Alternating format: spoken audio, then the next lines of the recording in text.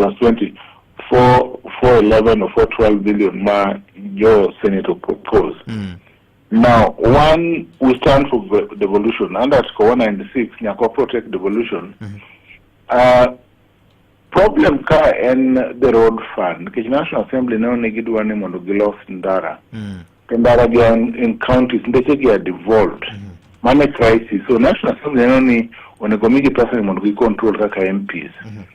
Yet person when go many counties ema control. Money problem and an interlock between interest members of the National Assembly. The devolved interest money protect our senators because one only person here to the counties when the counties only make person magumbe chegi. Okay. Okini your MP ukaram jumbe.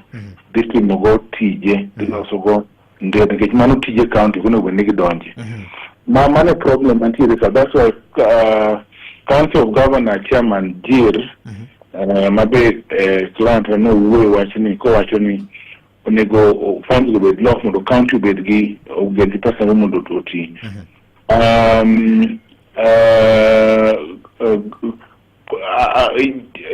doing the interlock or this thing onego loss in favor of counties. These counties onego be no strengthen mo the team major pain onego be no ma counties person omiyo nera ilamolo dingo si uwe wach mar person kendo I support wholly gimano wacho ni nyaka wa solve this problem in favor of counties. Ndindi nyoro okonego bed ni chuno protect interest against MPs yet MPs gidwani mondo make counties pesa matin.